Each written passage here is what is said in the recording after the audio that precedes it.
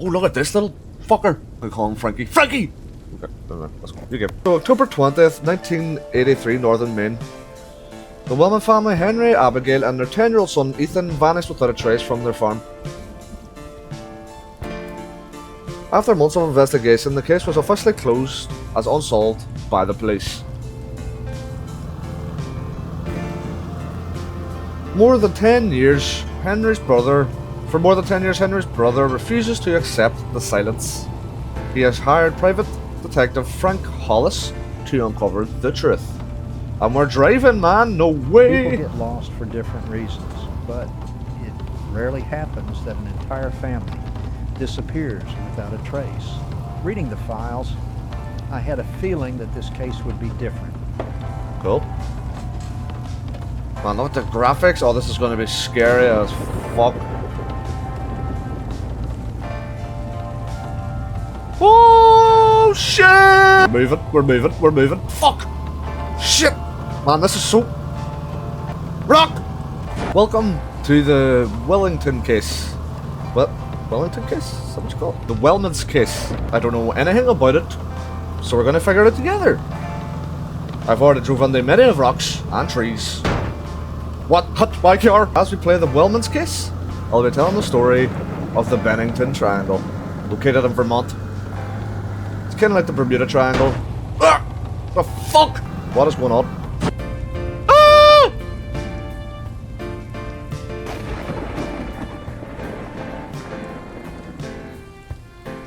The Wellmont family farm.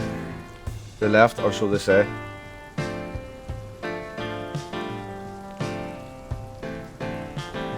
I don't know why the game's lagging, maybe it's just glitches. Man, I crashed into a tree just before this. We're going straight through it? Nope. Stopped me. I can't drive through it, guys, I'm sorry. I know, we both wanted to, but it's fine. Well, this'll have to do. Fuck me. Fuck me. Tin Triangle goes something like this. It's really dark out here. Let's see if I can get the lights on.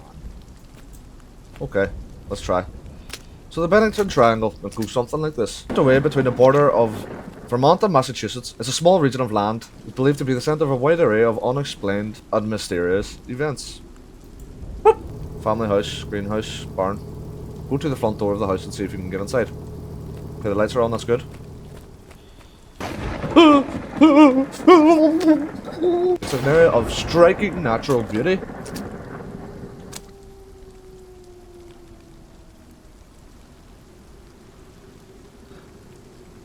I didn't like that one, but... Vast forests, cold rivers, and quiet hills. But beneath the beauty lies something else. Something that maybe watches. Locals call it the Bennington Triangle. I need to find something to get this open. Okay. Let's find a crowbar or something. The ghost towns of Somerset and Glastonbury sit deep within the Green Mountain of National Forest of southern Vermont. Back in the late 1800s, both towns were bustling industrial communities, home to logging and mining workers who made their living from the surrounding wilderness. But by the early 1900s, all those industrial sites began to die off, and so did the towns. And by the start of World War II, in 1939, both towns were officially unincorporated. Jesus, my own car scared me. Fuck! Forgotten by the state and abandoned by town itself. With all the changes, the locals expected the area to be more peaceful, now that the population had drastically been limited. But the opposite happened. Between 1945 and 1950, at least 5 people vanished from this region. Still here. Drink the paint. Drink the paint. No, man. It's okay. It's okay. Here, look. There's pliers. You might expect the forest to become more peaceful with fewer people around, but the opposite happened. Between 1945 and 1950, at least 5 people have vanished in this region without a fucking trace. No bodies, and no explanation whatsoever. It began on the night of November 12th in 1945. A group of hunters had spent most of their day tracking deer along a path called the Long Trail, a path that was also deep within the forest. They didn't have any luck, so they made their way back to camp. Man, where am I going? Give me something to cut the door, fucking chain. Before the trip, they hired a local man to guide them through the woods. A 74-year-old man experienced in hunting called Meaty Rivers. He was well known in the area and quite respected. I'm gonna fucking squeal. He spent his entire life fishing and hunting in those forests, so he was well versed in the area and knew exactly what he was doing. He knew the place like the back of his hand. But as the group got closer to camp, something strange had happened. And I just drive the tractor straight through the front door. That would work. No? I think it would. Lockpick? Oh. Okay, got it. Got the lockpicks. We're moving! So Meaty, he suddenly started to pick up the pace and disappeared just ahead through the bushes and trees of the rest of the hunters. Stop! The rest of the hunters just assumed he was moving ahead to get things ready, like the fire and camp and stuff. Oh, sweet lord. When they caught up with him through the underbrush, the hunters assumed he had gone ahead to get things ready, like start a fire and get the camp set up. But when they arrived, there was no fire, and there was no camp. No signs of Meaty, just pure silence. As minutes turned into hours, concern finally set in amongst the group. Where had Meaty gone? What had happened to him? Some of the men started to retract their steps in an attempt to find Meaty, searching the trail for any sign of their guide. Oh. Bro, what was that noise? What the f... Close the door. Fuck off, man! No! Oh, I hate games like this. I love them, but I hate them. I'm scared as fuck already. I'm hearing weird noises. No, man. I don't want to go back out, man. So as they retraced their steps to try and find Meaty, they found nothing. Not a single clue as to where the 74-year-old experienced hunter had gone. I'm keeping the front door open, just in case I need a quick escape. Let me in! Extensive searches followed.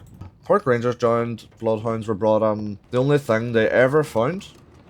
A single round of rifle ammunition.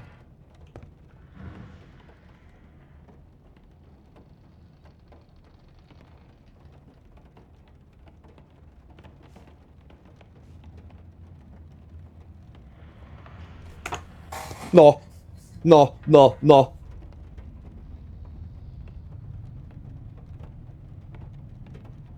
I hear footsteps, man. There was a bang upstairs and I'm hearing footsteps moving around upstairs. No. I don't know why I'm on here. I don't know why I'm on this sentence.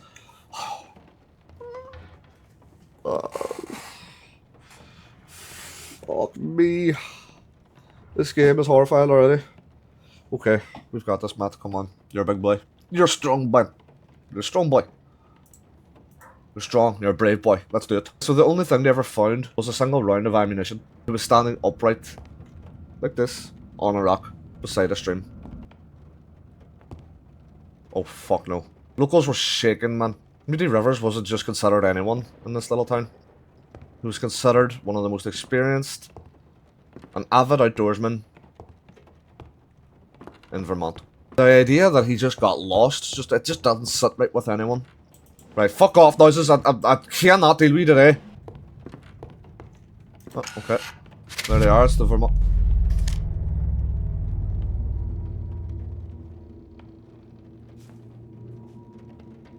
Hello?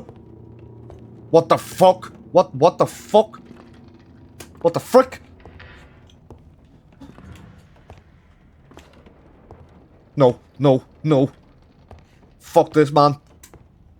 Who's there? No, man. No. Nah. Before people can move on, another disappearance occurred. 1 year later on the exact same trail that Meaty had gone missing on. 1 year later. 1 year later on the exact same trail that Meaty had gone missing on. Okay.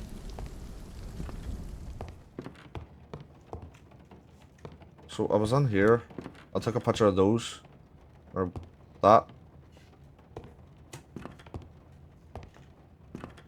This is a true story, by the way, this game as well, so that makes this even more fascinating. Telling the Bennington Triangle story because it correlates with this game of missing people and strange happenings like paranormal events, stuff like that. And if you've ever heard of Missing 411, it's a book series by Detective Dave Paulides, former Detective Dave Paulides.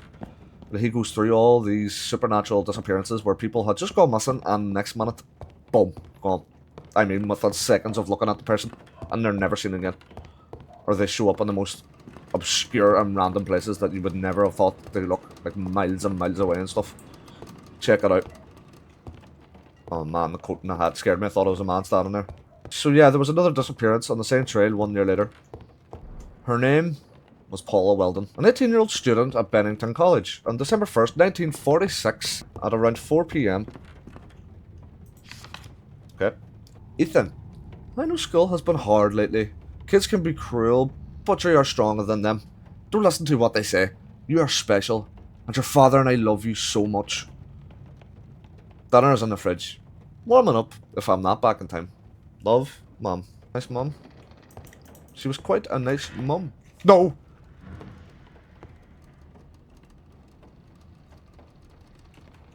Bro, this house haunted as fuck.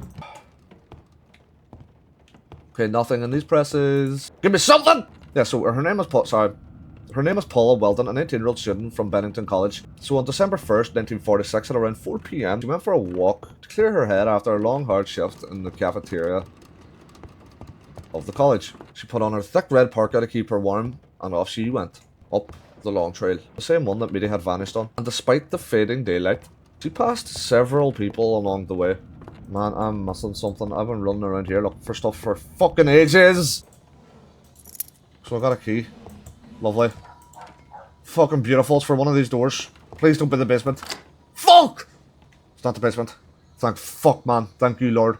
So many people remembered her distinct red coat. A lost hiker even asked her for directions along the way.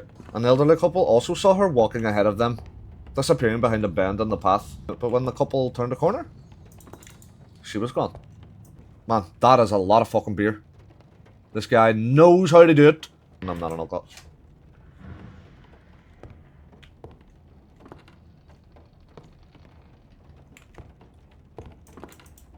Fucking close that door. So when Paula didn't return to school, that's when the alarm was raised. At the time, Vermont State Police were still very new, so help came in from New York and Massachusetts. 600 volunteers searched the forest, with a $5,000 reward being offered for any information on where she could be. Please don't turn again. Damn, man, she kind of fine. Man. What the?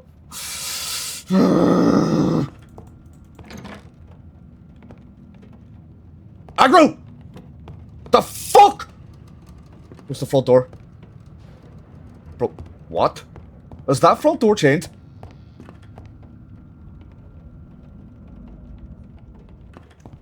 We remember everything, Ethan.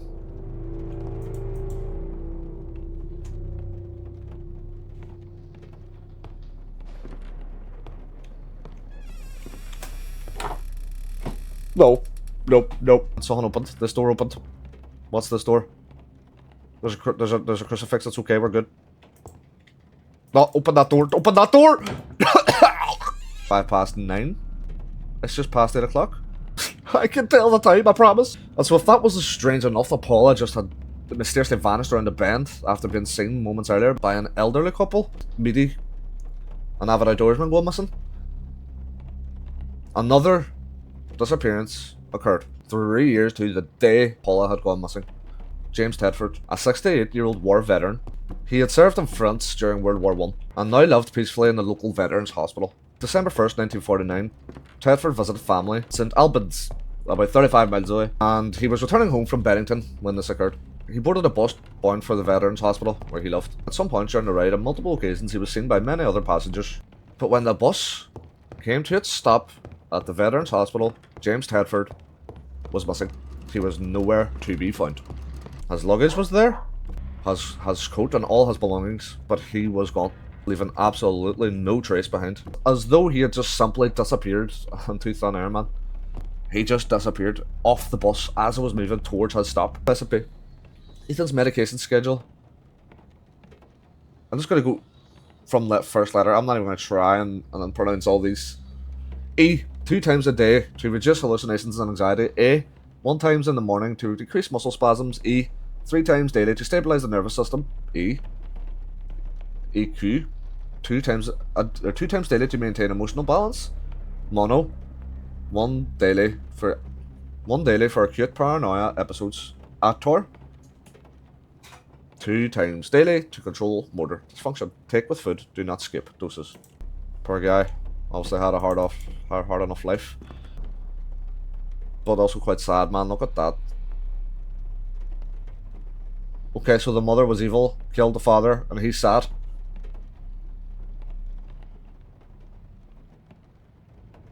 Bro, there's footsteps. Do you hear those footsteps? I hear footsteps. I fucking hear footsteps. Yeah, so by now the disappearances in Bennington, Vermont were becoming more and more frequent. And they were always to the day. 1 year, 2 years, 3 years later. In 1950, 2 more vanished. Paul Jepson and Frida Langer. The latter of the two, who would disappear while walking with her cousin along the long trail. Same path that claimed so many others by this point. They never found Frida's body, but Paul's would be found. Paul's remains were discovered deep in the forest. Strange given that they had searched every single inch of that area, passing over it several times. And this is documented stuff. So if you don't believe me, look it up. Oh.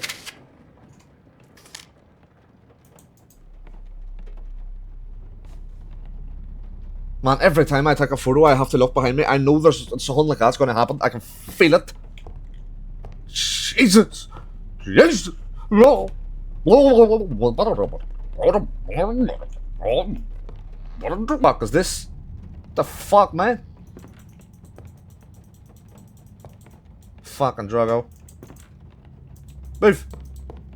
Move!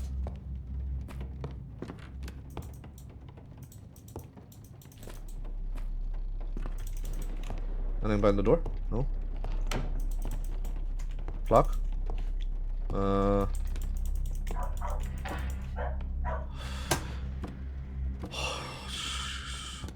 What do I do now? A name appeared in blood. Ethan. Find out who he is and what happened to him. I'm gonna take a shit, man. Someone already did. I'm fucking it went all over the floor. Fuck! Oh, I haven't looked in here. Okay. Yes!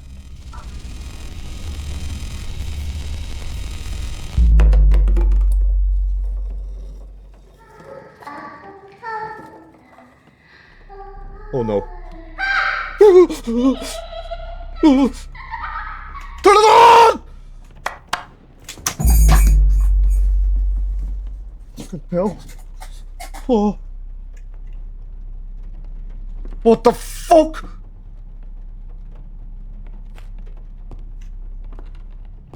Fucking patch, where are you? No, no, it's too dark. It's too dark. It's like some fucking bright down here. Close the door.